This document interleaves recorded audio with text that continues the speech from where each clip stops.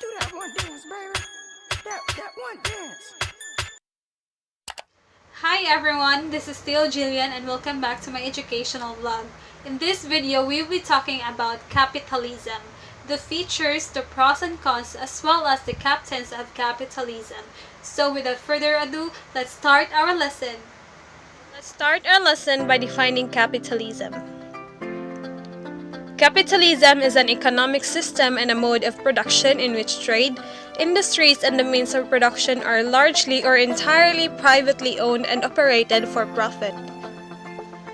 Capitalism is an economic system based on three things: wage labor, private ownership, and production per exchange and profit. Capitalism is based on a simple process. Money is invested to generate more money. Capital. When money functions like this, it functions like capital, such as when company uses its profit to hire more staff or open new premises and make more profit. Now let's move on to the features of capitalism. First is private property. It is not owned by the government. Individuals own property and resources. Next is large-scale production. Capitalism arose as a result of Industrial Revolution, which made large-scale production possible. More product means wider use of capital and lead to more profits.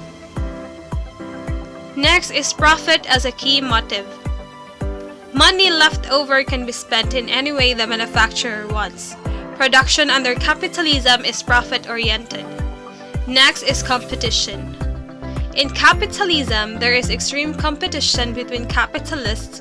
Demand is artificially increased and supply decreased. There is cutthroat competition under capitalism.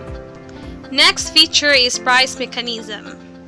The price of commodity is determined not by the cost of production, but by the law of demand and supply.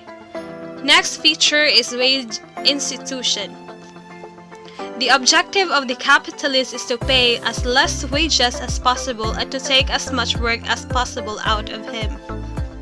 Next is money and credit. In capitalism, institution of credit has become important. The capitalist gets money on loan and develop their business.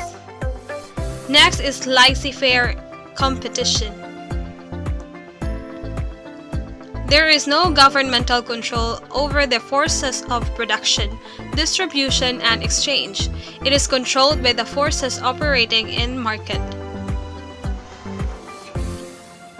Next is responsible capitalism. It is essentially a free market economy but with a degree of government regulation to avoid the excesses and inequalities of capitalism. Next is turbo capitalism. It refers to an unregulated form of capitalism with financial deregulation, privatization, and lower tax on high earner. Next is the crony capitalism.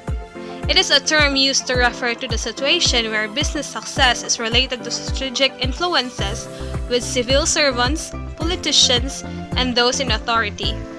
State capitalism. It occurs when state-owned industries play a key role within the market economy.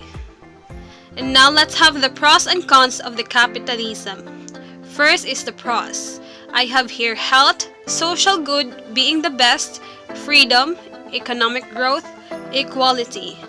And for the cons, waste, starvation, danger, propaganda, and pollution.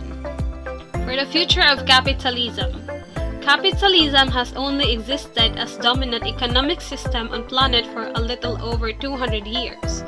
It is entirely reliant on us, the working class and labor, which is must exploit, and so it will survive as long as we let.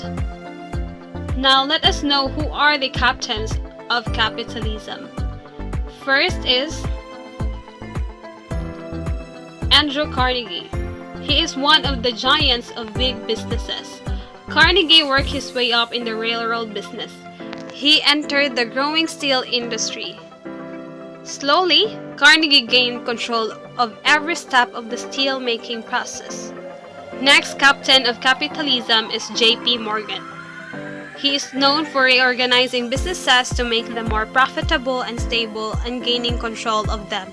He reorganized several major railroads and became a powerful railroad magnate. He financed industrial consolidations that formed General Electric, U.S. Steel, and International Harvester. Lastly, John Rockefeller. John Rockefeller was considered as the captain of industry. He founded the Standard Oil Company, which dominated the oil industry and was the first great U.S. business trust.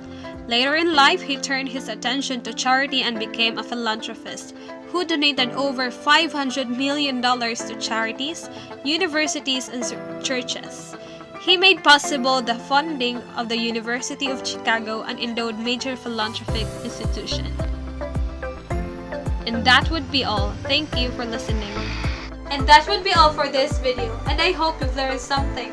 See you in my next educational vlog. Bye bye.